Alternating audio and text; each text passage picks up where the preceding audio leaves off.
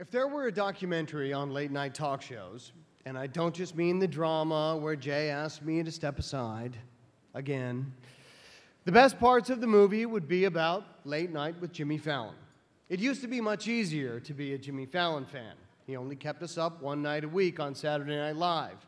Now it's every freaking night, and I wouldn't have it any other way.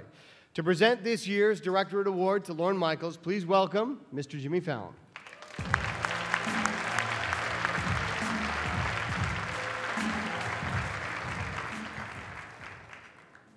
Grazie. Danke. Please sit down.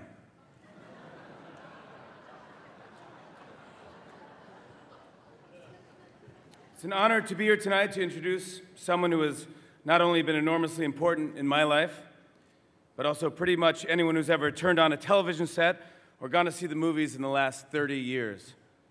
There's never been a more important voice in comedy, because without him, there would be no Adam Sandler, no Will Ferrell, no Mike Myers, Bill Murray, Gilda Radner, Chris Rock, or Tina Fey.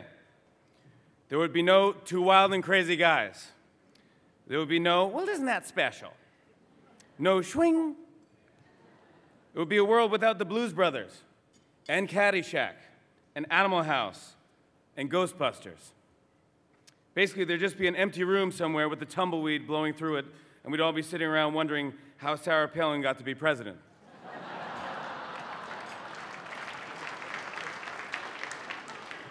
He is without a doubt one of the hardest working men in show business, and every week you can still find him on the floor producing Saturday Night Live.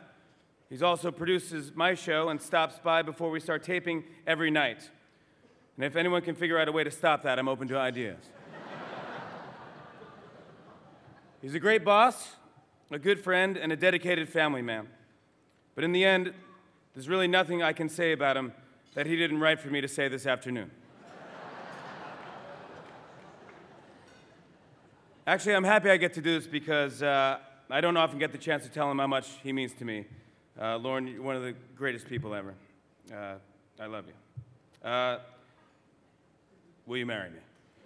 It seems like a weird time. I know, it's weird, and you're happily married, but think about it.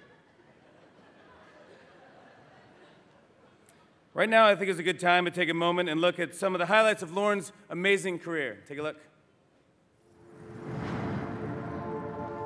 The Directorate Award.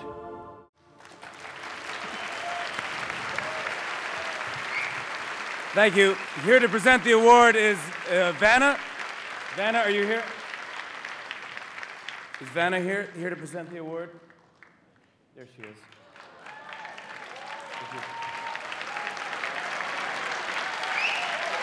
Really beautiful tonight, Vanna.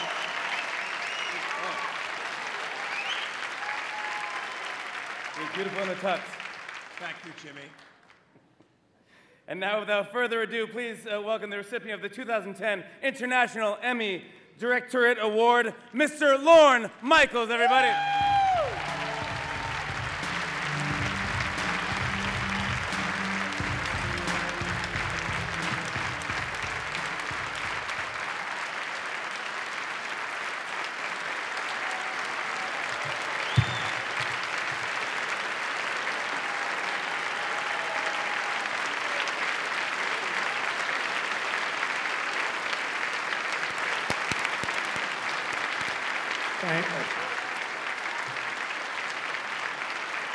Thank you.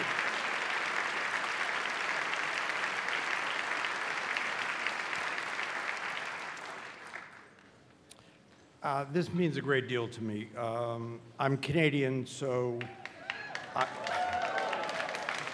always considered my other Emmys international Emmys, so it's nice to finally have the real thing. I like this award because, unlike other Emmys, it's not for any one show that I've done, but rather for all the shows I've done over the years. Whether they were award-winning, less than award-winning, or just plain dogs. And that feels good because every show that you do sets out to be award-winning, but some get lost along the way. And I can tell you it's just as hard to do a bad show as it is to do a good one.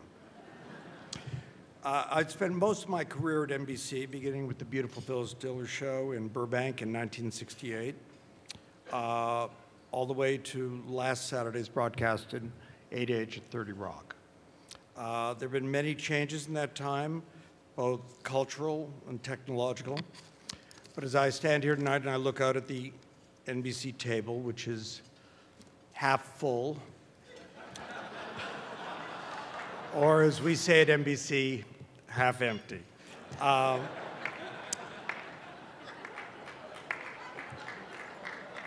see Rick Ludwin, who faithfully calls me at 1 a.m. every Saturday from Burbank to discuss the show and tell me sometimes that it was a good one, even when perhaps it wasn't. And there's Herb Schlosser, who in 1975 thought there should be a live show in New York, which brought me here. And from then till last Saturday, one thing has stayed the same: the freedom to put on the best show we can each week. From Herb to Jeff Zucker and all the time in between, no one at NBC has interfered with the politics of the show.